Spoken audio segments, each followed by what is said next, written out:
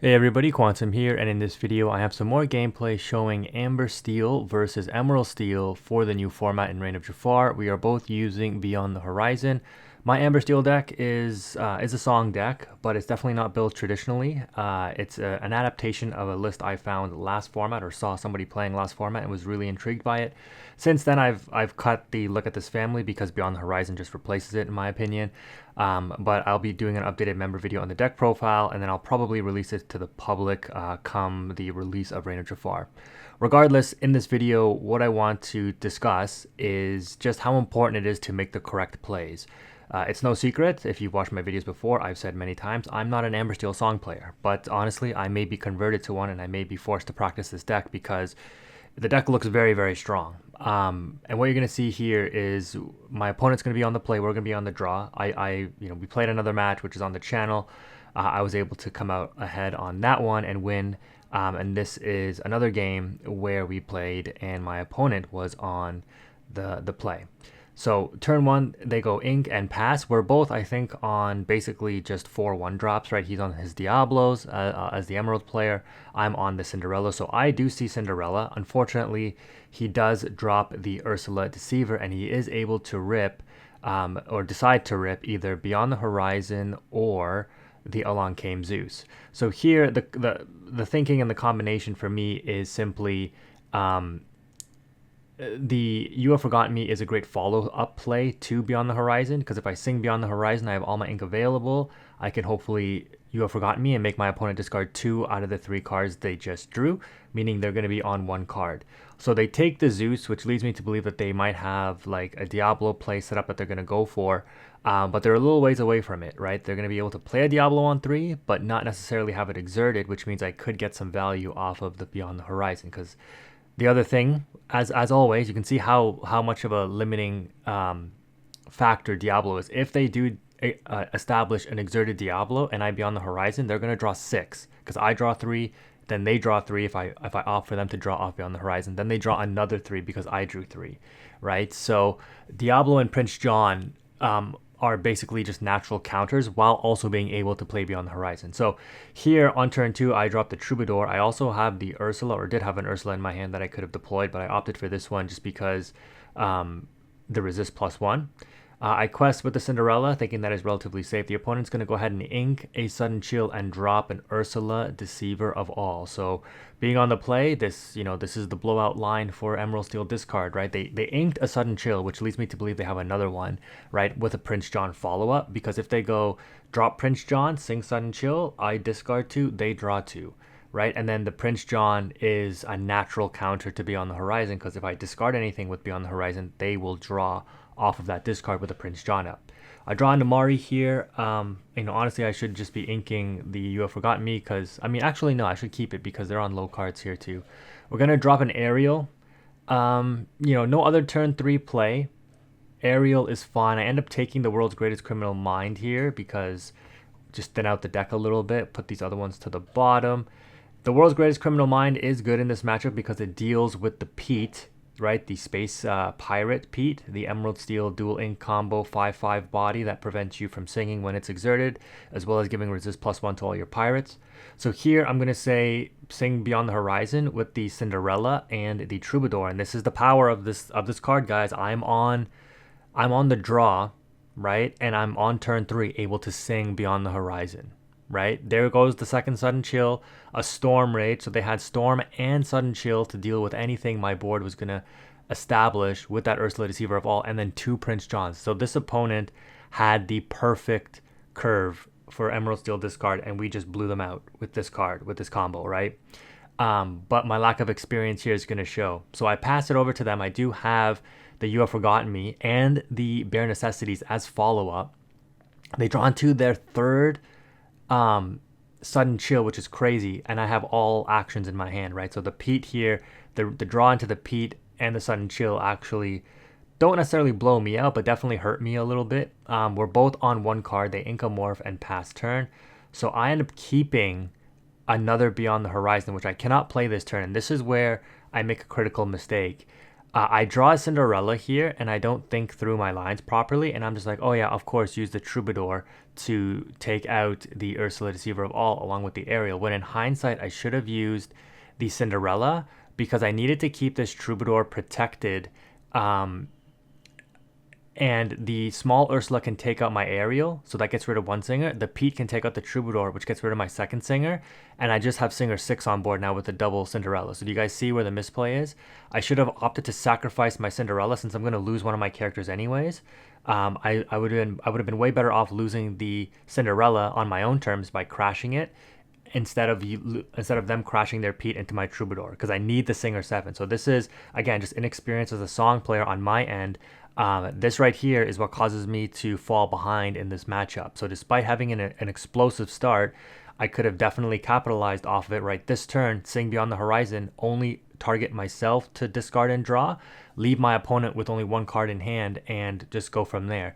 I don't draw a character or a song here that's usable. I actually draw into a second Beyond the Horizon, and shades of drawing multiple copies of A Whole New World are coming back. Down comes the Storm Rage, taking out my Cindy. The opponent's top decks are working out for them really, really well to clean up my board. Inca Tinkerbell, they're on 5 ink. I'm on 3. And missing ink last turn also hurts. We draw into a Rapunzel here. And I'm like, oh man, like I guess, I kind of have to ink this. Even though, to be honest, I should just hold it in my hand. But I don't want to miss ink for turn because the issue with the way that I built my deck too is it is a little top end heavy, which again I've since edited since. But if I draw into some of my bigger cards, there's an Ariel, which is actually a pretty good draw here. I would just end up continually inking, right? Just being bricked.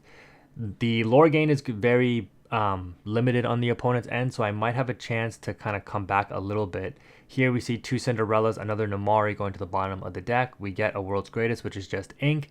And basically, I'm thinking to myself, okay, I got to, hopefully keep these singers up and sing this Beyond the Horizon for myself to draw. The issue is if the opponent drops a Shift Pete, if they end up top decking into one, I could be in trouble. Nope, they end up discarding their own Beyond the Horizon to go for a Diablo. And now this is a huge problem because this Diablo here is going to draw 3 off of my Beyond the Horizon, right? If I opt to sing it here. Yeah, some of the like the untapping command wasn't working on tabletop here, so we were in a little bit of a weird situation. So here I inked the Surfer Stitch, which I'm only one. If I had the Surfer Stitch in my hand, I'd only be like 1 away. But I'm forced to sing Beyond the Horizon because the game is getting away from me. And here you can see how the Emerald Steel discard deck is going to really be able to capitalize. I don't let my opponent draw discard and draw 3, but they'll naturally draw 3 off of the Diablo anyways. So for 3, I play an Ariel hoping to find a 3-cost song, and we miss horribly on this Ariel.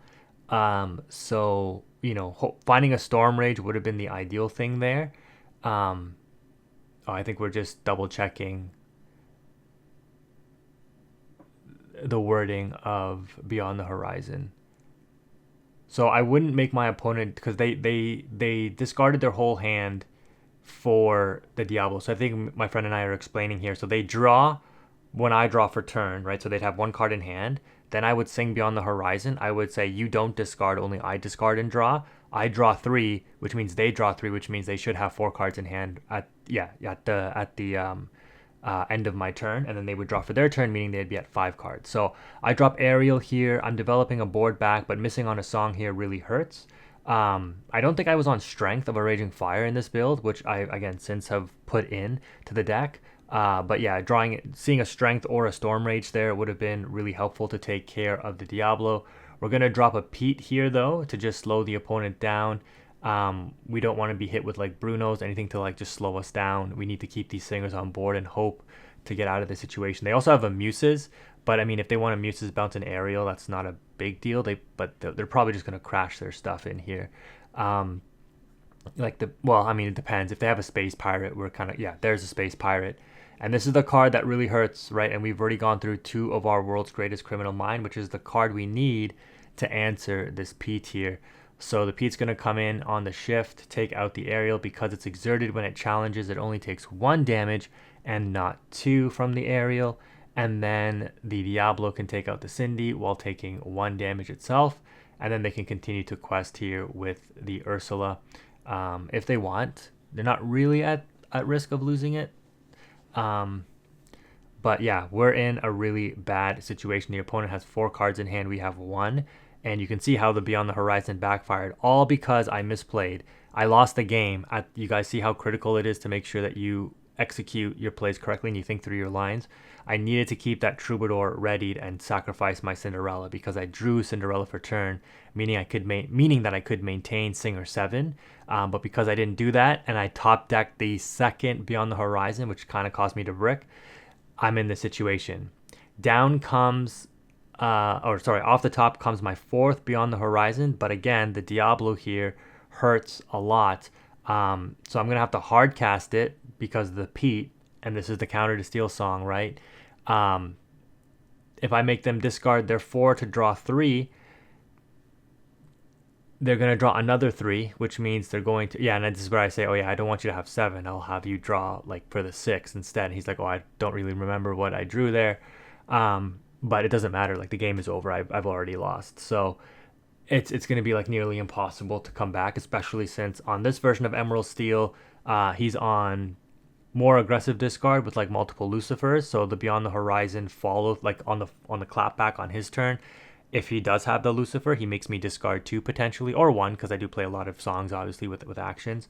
But mainly because of the Tinkerbell and these big Ps. Like, these bigger characters that they're going to be able to establish really just clap me up.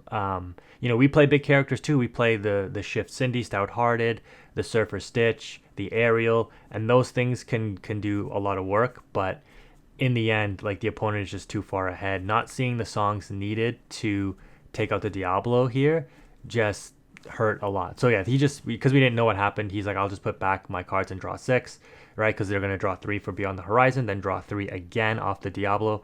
So, Diablo is good counterplay against Beyond the Horizon. You have to be able to deal with Diablo first. Just goes to show you the power of Diablo still. But yeah, we do see the 3rd World's Greatest Criminal Mind, to be fair.